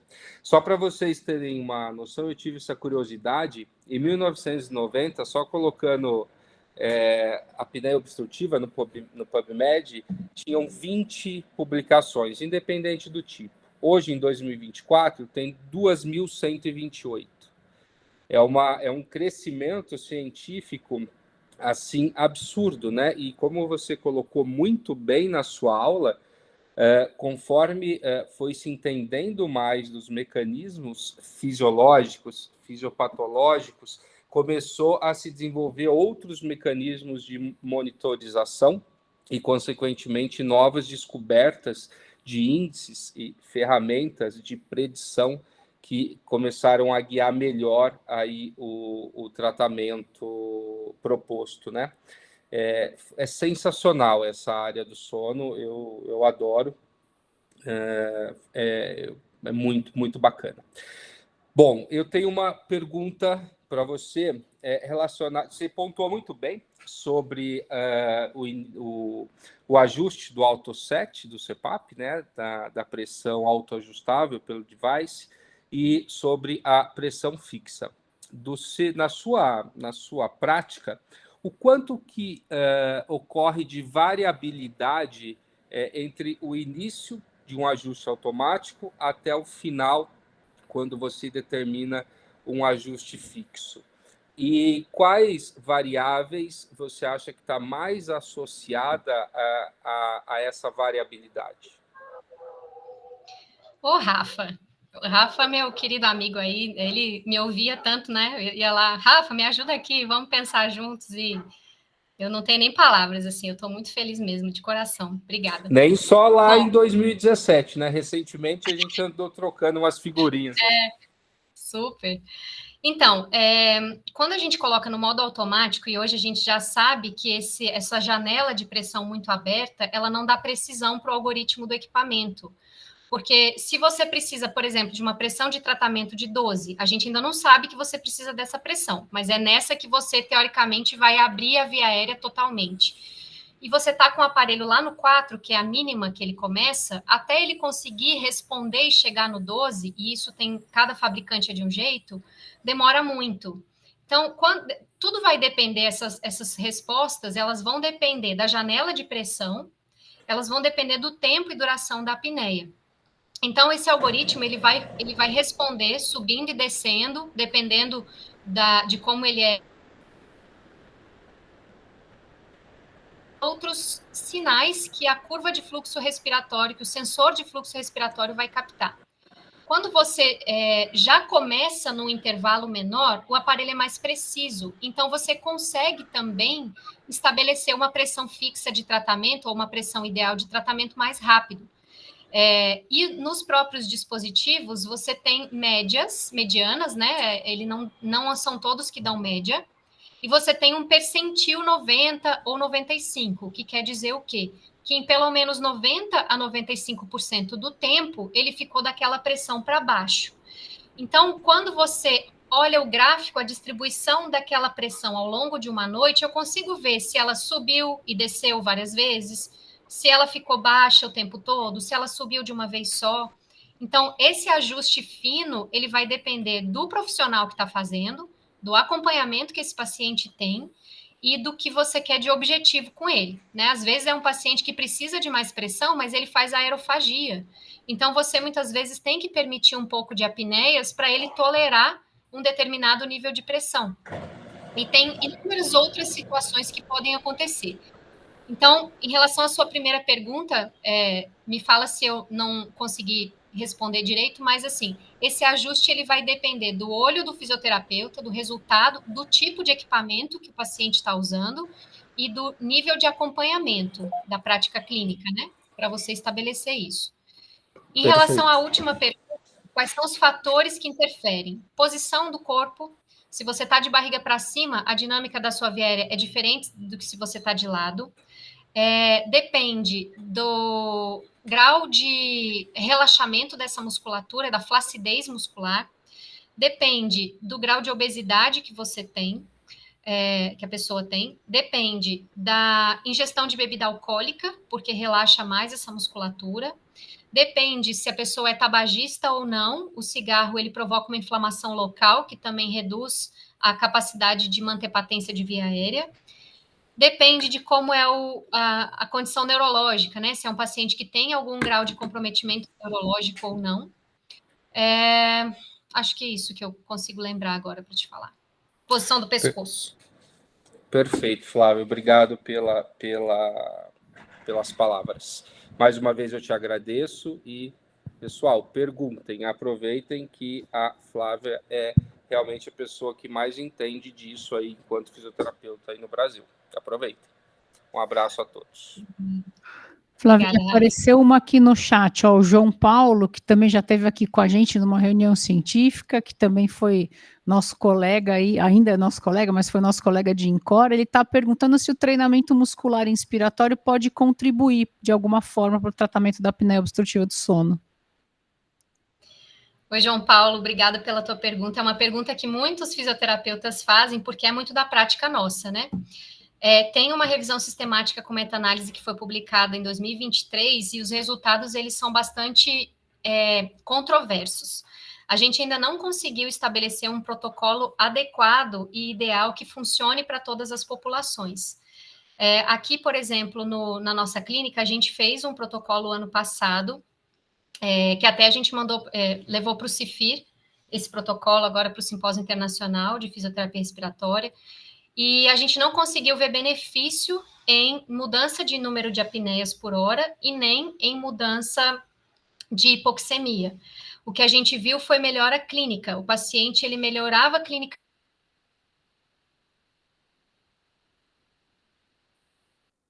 a presença de sintomas, que torna a apneia do sono uma síndrome, né? Principalmente sintoma de sonolência. Então, os pacientes, eles tiveram melhora de noctúria, eles tiveram melhora de queixas, de ronco, tiveram melhora de sonolência, mas dados objetivos, medidos por exame do sono, eles não tiveram. Tem um grupo do Rio de Janeiro, que foi o Leandro Azeredo que publicou, inclusive, foi um estudo que trouxe para nós aqui uma esperança grande, que o resultado dele foi positivo, mas apesar do resultado positivo, a diferença que ele encontrou não era clinicamente relevante. Então, a gente fica muito na dúvida ainda se é o tipo de paciente que a gente ainda não acertou para quem é que vai ser benéfico. Eu tenho as minhas suspeitas, porque é muito diferente um idoso magrinho que faz apneia por uma musculatura muito relaxada de um obeso que tem uma musculatura com uma densidade muito grande e que, independente do tanto que você treine, muitas vezes ele pode até cursar com uma hipertrofia dessa musculatura e não ter aí o benefício de ganho de espaço, né? Porque na apneia do sono o que a gente quer é abrir espaço para o ar passar. Se a gente vai abrir de forma por uma prótese pneumática como o CPAP, por um aparelho intraoral, que é trazendo a mandíbula para frente, por exemplo, isso tudo é abrir espaço. E a gente viu aqui que os nossos pacientes com apneia do sono, eles não têm fraqueza muscular inspiratória, a PI max deles era alta. Eles têm redução de endurance muscular. Tanto que eles ganharam endurance com o treinamento, que era já o objetivo, ganhar força e ganhar endurance, mas mesmo assim eles não melhoraram a apneia. Então, essa resposta ainda é muito, assim, eu acho que vale a pena considerar mas tem que ser para um caso muito específico, muito bem indicado, e ainda assim sem que a gente tenha clareza que vai trazer benefício para o paciente. Super claro, Flávia. Mais alguém quer perguntar alguma coisa? Oi, Flávia. Oi, Ana, tudo Parabéns bem? pela sua aula, linda, maravilhosa. Você está linda. Muito bom te ver. Oi, Vera. Vera está do lado também. Está aqui do meu lado. Saudade. Que bom te ver, viu? Muito feliz aí ver você. Nossa, é uma alegria imensa, viu? A gente até queria que você estivesse aqui presencial. Nós achamos que você viria. É um abraço mesmo, entendeu? Eu irei, em breve eu irei. Vou fazer questão de ir abraçar você. Flávia, eu queria só colocar uma situação que a gente vivencia aqui na casa. Cada vez mais a gente tem pacientes com diagnóstico, né, de apneia do sono, que internam, e aqueles que fazem uso esquecem de trazer, né? Então, a nossa recomendação sempre de solicitar que tragam, né, com a interface que ele já está acostumado, com o aparelho, né, setado da forma correta. Mas a gente tem vivenciado uma situação de pacientes que ou têm diagnóstico e esqueceram o diagnóstico, nunca trataram, nunca foram atrás, e quando interna aqui, por algum motivo, se descobre que tem, e aí talvez uma desinformação da equipe médica da cardio daqui, apesar da gente ter o grupo do sono aqui, né, que você fez parte, solicitam para o físio, né, e insiste que se instale o CPAP. Só que muitas vezes sem sequer ter um valor estudado, determinado para ser, pelo menos, para nortear. Então, a minha pergunta para você é, primeiro, você jogar uma pressão aleatória sem um exame correto, quanto isso pode, na verdade, mascarar e atrapalhar até o paciente? Porque se ele não está com a pressão correta, né, se isso não vai fazer efeito, né, sobre manter a patência da via aérea, e o quanto isso possa atrapalhar. Ana, muito obrigada por essa pergunta. É uma pergunta super importante e a gente não tinha tanto conhecimento. Lá em 2012, foi publicado um artigo que falava que a pressão em média que os pacientes usavam era de 10, mais ou menos 2 centímetros de água, um estudo americano. Então, se ele tivesse entre 8 e 12, estava mais ou menos na média da população. Se o paciente só tem apneia obstrutiva e você colocar uma pressão entre 8, 10, 12, provavelmente você vai um nível de pressão que, em geral, está dentro do que a gente costuma ver. Mas tem pacientes, por exemplo, que a gente usa 6, que usa 5 de pressão. Então, o primeiro ponto importante é que quando você não tem um diagnóstico feito por exame, você não sabe se ele só tem apneias obstrutivas. Ele pode ter apneias centrais. E as apneias centrais, como elas são caracterizadas por um nível de CO2 muito baixo, esse paciente ele tem um centro respiratório que ele tenta se ajustar pelo nível de CO2 durante o sono. Só que se você elimina muito CO2, esse CO2 vai caindo. Quando chega no limiar de apneia, que a gente chama limiar de apneia, é um limite no qual o nosso corpo entende que aquilo ali é o máximo que ele pode lavar de CO2. A partir daquilo para baixo, tem um desligamento aí do impulso neural. Então, o centro respiratório para de mandar o comando para que esse paciente faça uma apneia propositalmente, compensatória, para o CO2 subir de novo e voltar a estimular o centro respiratório. Isso é muito comum em paciente com insuficiência cardíaca, e paciente com arritmia. Então, é uma grande população de vocês aí. Se vocês colocam um CPAP com uma pressão inadequada, vocês podem estimular o centro respiratório a ficar mais instável ainda, e ao invés de você controlar o distúrbio, você agrava o distúrbio do sono. Então, assim, é muito delicado, porque vocês estão aí com uma população com alto risco de apneias centrais em decorrência de hiperventilação, em decorrência de uma alteração, de ser uma apneia de origem cardiogênica, que a gente chama. Então, se o paciente já usa, se ele está bem titulado, se ele tem o CPAP em casa e ele pode levar, ótimo. Se ele não usa, eu acho bem complexo a gente acertar uma pressão a não ser que o CPAP dele tenha visor, que você consiga ver os eventos residuais, e alguns até diferenciam a apneia central de obstrutiva. Então, se não for o equipamento mais antigo, esses mais novos até tem. Então, você pode colocar ele no CPAP e no dia seguinte você vê o resultado. Se ele ainda tiver com índice elevado e esse índice for obstrutivo, é sinal de que a pressão pode não ter sido suficiente. Se ele tiver com índice elevado de centrais, pode ser que a pressão tenha sido acima do que aquele precisa. Agora, tem um detalhe bem importante: nem todo equipamento é preciso. E como que a gente sabe? Hoje a gente vê as curvas de fluxo respiratório, aí preciso colocar o cartão de memória no computador, baixar, fazer o download desses dados, porque às vezes o paciente está tendo uma apneia mista, que começa como central e termina como obstrutiva, mas o aparelho não marca a apneia mista, ele vai marcar ou central ou obstrutiva, e isso erra a gente, erra o nosso raciocínio.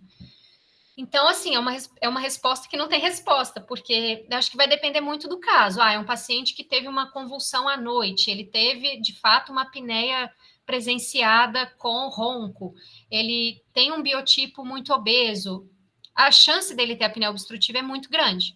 A gente só não sabe se ele tem só ela. Diferente do idoso, do magrinho, que ele muitas vezes tem apneia central. Aí tem que ter um cuidado maior. Obrigada, Flavinha. Obrigada. Flavícia, é a Ângela. Oi, eu não poderia deixar de comentar uma admiração enorme que eu tenho por você, né? É minha amiga de coração, minha madrinha do doutorado. E, assim, um comentário que eu queria só completar o que a Ana falou, é que, assim, lá na UCO, o paciente realmente, né, nas UTIs clínicas, o paciente é cardiopata, né? E, assim, eles estão, que nem a imagem que você mostrou, eles estão em situação de terapia intensiva, privação de sono, hipnótico, várias coisas, né? Analgésico, o próprio beta-bloqueador, né? O uso de drogas inotrópicas, e tudo isso influencia, né? E eu acho que, assim, dentro da UTI tem um espaço ainda aí para um fisioterapeuta ligado ao sono, né? Em relação à pesquisa, essas coisas. Então, só esse comentário, tem muitos alunos aqui, né, para abrir um pouco os olhos, né, para esse horizonte. Beijo, Flávia. Ô, Ângela, obrigada, saudade de você. Só para complementar, acho que a gente precisa começar a rever nossas práticas, porque a gente interrompe muito o sono do paciente, às vezes sem necessidade naquele momento, sabe? Então, será que eu preciso aspirar naquele momento? Será que eu preciso... Claro que um paciente que está em pós-operatório vai precisar ser desmamado, estubado, é outra realidade. Mas eu estou pensando nesse paciente da UCO, da UTI clínica, que está lá crônico muitas vezes. Né? A gente tem, em outros centros também, em outros hospitais que eu já tive contato, protocolos de atendimento da fisioterapia de madrugada que não tinha tanta necessidade. Paciente que está bem.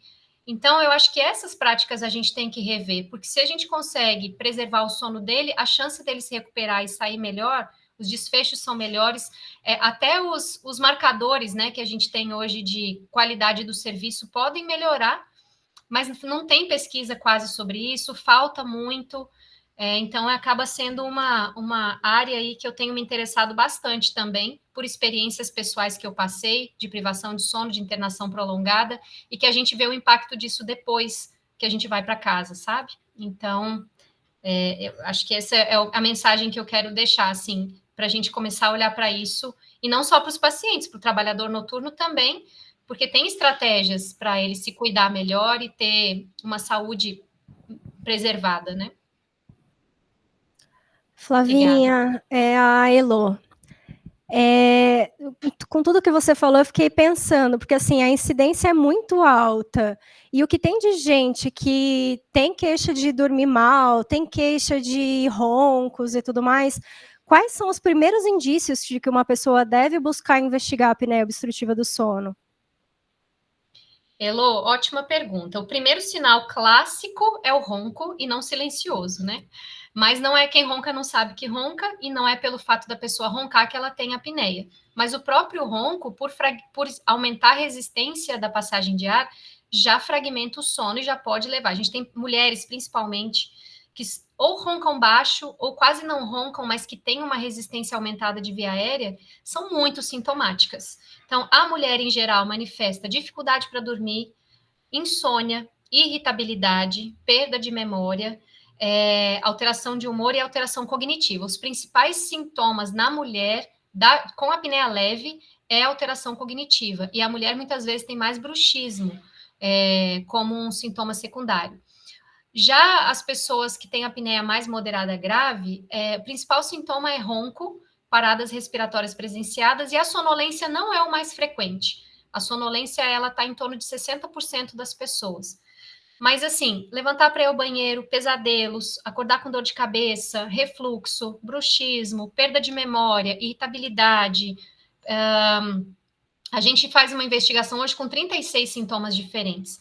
Mas eu acho que os mais fáceis, assim, para a gente pensar se você começou a consumir muita cafeína de dia, se você está mais irritado, se você tem dificuldade para se manter dormindo, mexe muito na cama, ronca, são sinais aí bem sugestivos de que tenha um distúrbio de sono. Mas no idoso ainda começa a ter engasgos, cãibras, formigamento nos dedos das mãos e dos pés, tontura, você começa a aumentar muito a ativação dessa musculatura para manter dilatação, muitas vezes com movimento mastigatório, e isso altera todo o sistema auditivo. A pessoa começa a perder a audição. Tá tudo ligado, sabe?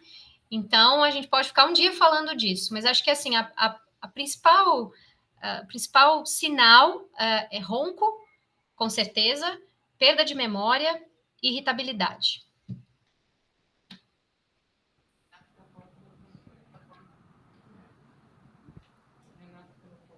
O Renato Yu quer fazer alguma pergunta? Ele escreveu aqui, um primeiro momento, associar hipnótico para o paciente se adaptar à máscara é válido ou mascara muito o diagnóstico? Ei, Renato, tudo bem? Obrigado pela pergunta. Pode ser útil, sim, em alguns pacientes que têm dificuldade para dormir com o CPAP, mas muitas vezes essa dificuldade ela é por resistência ao uso. Muito paciente não quer usar e aí acaba ficando irritado e acaba tendo essa resistência. Mas em alguns casos, é a minoria hoje que a gente usa hipnótico até ele ter uma adaptação. Em geral, a gente tenta sem. Muitas vezes também o que faz ele ter dificuldade para dormir é a apneia, né? Pelo fato dele despertar muito. E a hora que coloca o CPAP, elimina a apneia e ele dorme melhor. Mas é uma estratégia, sim.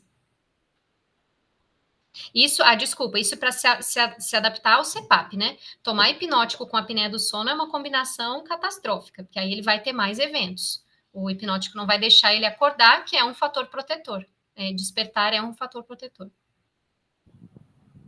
Oi, Flávia, Karen, tudo bom? Oi, Karen. Primeiro foi uma alegria te ver aqui, adorei a sua aula.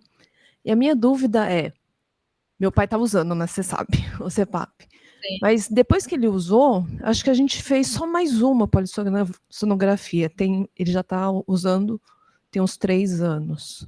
Qual seria a recorrência de estar refazendo a polissonografia? Essa é a minha dúvida. Karen, a polissonografia, saudade de você também, viu? A polissonografia, ela não precisa ser repetida se ele tiver acompanhamento com o fisioterapeuta do sono bem feito. Porque o que a gente quer ver na polissonografia dele, se você quiser ver a apneia do sono e ele está usando o CPAP, e você fizer uma polissonografia sem o CPAP, você vai tirar a intervenção, você tira o tratamento, e o resultado vai ser irreal do que está sendo a realidade dele. Se você quer ver como é que está a distribuição dos estágios do sono, se ele tem um outro diagnóstico, uma suspeita de outro distúrbio de sono, como epilepsia noturna, aí a polissonografia vai ser muito bem-vinda, mas tem que ser realizada com o CPAP. Fora isso, os equipamentos de CPAP hoje em dia fornecem essas informações respiratórias. Tem alguns que têm até oxímetro acoplado, então você consegue ver o número de eventos por hora, você vê quantas horas ele está usando por noite, se o vazamento está dentro do limite normal, e se a saturação dele está boa. E principalmente se ele tiver melhora clínica. Se ele tiver bem clinicamente, é o principal indicativo de que o tratamento está adequado. Mas eu não vejo necessidade de fazer polissono se ele tiver acompanhamento. Ah, ok. É que ele faz o uso também não só por conta das apneias, bom, lógico, das apneias, mas era por conta da condição cardíaca, que ele tem muita arritmia. E aí, durante o sono, era um número estratosférico. E agora, com o uso do CPAP, realmente diminuiu muito. Aí, nesse sentido, um holter vai resolver a tua dúvida, porque ele usa o CPAP, faz um holter, aí você tem o número de eventos que ele fez naquela noite e você tem o holter mostrando se ele teve algum evento cardiovascular, alguma arritmia. Ah, tá joia. Mas isso ele faz, isso é verdade. Mas ele é super difícil, por exemplo, falar para ele, tá dormindo bem? Sentiu alguma diferença? Para ele tá tudo bem. Com CPAP, sem CPAP, ele mesmo não vê diferença. É engraçado isso, né? Tem muitos pacientes que não têm boa percepção mesmo, mas é importante, já que ele tem arritmia e que era noturna, controlar isso sim. A ideia é que o CPAP controle pelo menos grande parte do estímulo para ele manter a arritmia. Tá bom, obrigada, viu, Flávia? Obrigada a você. Rafa, quer falar mais alguma coisa, Rafa? Quero só, como última mensagem, acho que, com que eu quero falar, eu acho que a aula da Flávia é de extrema importância para tirar o estigma do CPAP ligado àquela pessoa obesa que ronca, né? Isso é uma coisa que era no passado. Hoje a Flávia pontuou muito bem a utilização do CPAP, muitas vezes por quem tem ronco silencioso, ou muitas vezes não, né? Extremamente ligado à sintomatologia da pessoa, né? Às vezes o longilíneo, o magrinho, tem distúrbios ou alterações anatômicas da via aérea que a utilização do CPAP é muito bem-vinda e muitas vezes ele nem é um roncador importante, né, Flávia? E um outro ponto que a Flávia colocou muito, isso era uma coisa que eu não sabia, é a especificidade que hoje a terapia respiratória do sono está dando para a mulher. Né, Flávia? Antigamente se colocava todo mundo no mesmo pacote. Ronca usa CPAP. Hoje não. Hoje, pelo pouco que eu fui entender, um pouquinho mais fundo, tem algoritmos específicos em cada dispositivo relacionados só à terapia para a mulher, né? Isso não existia muito tempo atrás. Então, muitas vezes, mulheres que não roncam, muitas vezes têm alteração de via aérea que necessitam aí do CPAP. Então, tirar esse estigma do CPAP versus homem obeso roncador é extremamente necessário aí no mundo que nós estamos vivendo hoje. É isso mesmo, Rafa. Tem dispositivos desenhados para o tipo de sono da mulher. A mulher tem um sono mais fragmentado. Então, esses incrementos de pressão do CPAP automático, por exemplo, eles podem ser feitos de forma diferente. E a mulher sofre muito sintoma. A mulher é muito sintomática. A mulher, depois da menopausa, ela começa a ser muito sintomática e os sintomas, eles acabam sendo muito negligenciados, porque ela não tem um biotipo de apneia do sono, mas muitas vezes tem.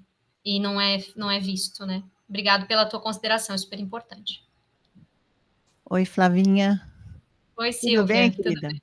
Não, eu não tinha me manifestado, eu estava ali atrás, meio escondida, queria, assim, é um grande prazer ver novamente e ouvir você falar, uma aula brilhante, com coisas super importantes para a gente prestar atenção no nosso dia a dia.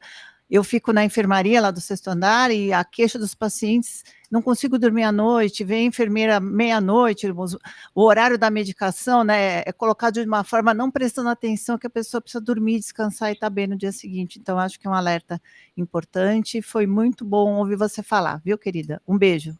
Obrigada, Silvia. Um beijo para você também. Ô, Flavinha, não vou te fazer nenhuma pergunta, tá? Só vim pra te mandar um beijo, tá?